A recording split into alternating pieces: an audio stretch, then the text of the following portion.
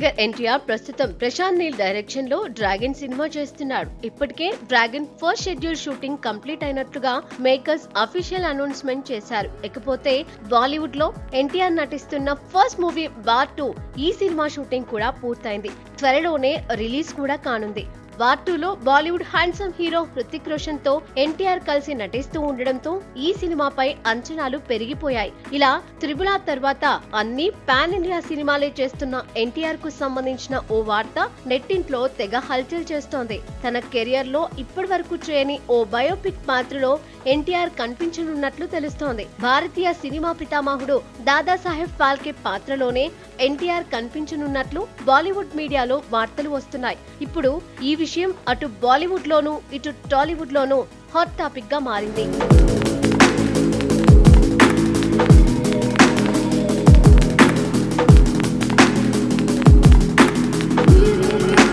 నిజానికి 2 ఏళ్ల క్రితం దర్శకధీరుడు రాజమౌళి సమర్పణలో మేడ్ ఇన్ ఇండియా అనే బహుభాషా చిత్రాన్ని రూపొందిస్తున్నట్లు అనౌన్స్ చేశాడు. అయితే ఈ ప్రాజెక్టును రాజమౌళి కొడుకు కార్తికేయ, వరుణ్ గుప్తా సంయుక్తంగా నిర్మిస్తున్నట్లు నితిన్ కక్కర్ దర్శకుడని ప్రకటించారు. ఇక ఇప్పుడు మరోసారి తాజాగా ఈ ప్రాజెక్టుకు సంబంధించిన వార్తలు ట్రెండ్ అవుతున్నాయి. Father of Indian cinema Dadasaheb Phalke జీవితం ఆధారంగా భారతీయ సినిమా గొప్పతనం ప్రపంచానికి తెలిసేలా ఈ చిత్రాన్ని రూపొందించనున్నారట. మరోవైపు ఎన్టీఆర్ ఈ స్క్రిప్ట్ కూడా విన్నాడని, వినగానే ఎగ్జైట్మెంట్ తో షూటింగ్ ఎప్పుడు స్టార్ట్ చేద్దామని అడిగాడని బాలీవుడ్ మీడియాలో వార్తలు వస్తున్నాయి. మొదట ఈ బయోపిక్ ఐడియా చెప్పగానే ఎన్టీఆర్ ఆశ్చర్యపోయారని సమాచారం. ఈ కథలో భారతీయ సినిమా పుట్టుక నుంచి ప్రస్తుతం భారతీయ సినిమా ప్రపంచానికి ఎలా ఎదిగిందనే అంశాలను చూపించనున్నట్లు తెలుస్తోంది. ఒకవేళ ఈ బయోపిక్ లో కనుక ఎన్టీఆర్ నటిస్తే ఎన్టీఆర్ పేరు చరిత్రలో నిలిచిపోవడం పక్కా అంటున్నారు సినీ విమర్శకులు.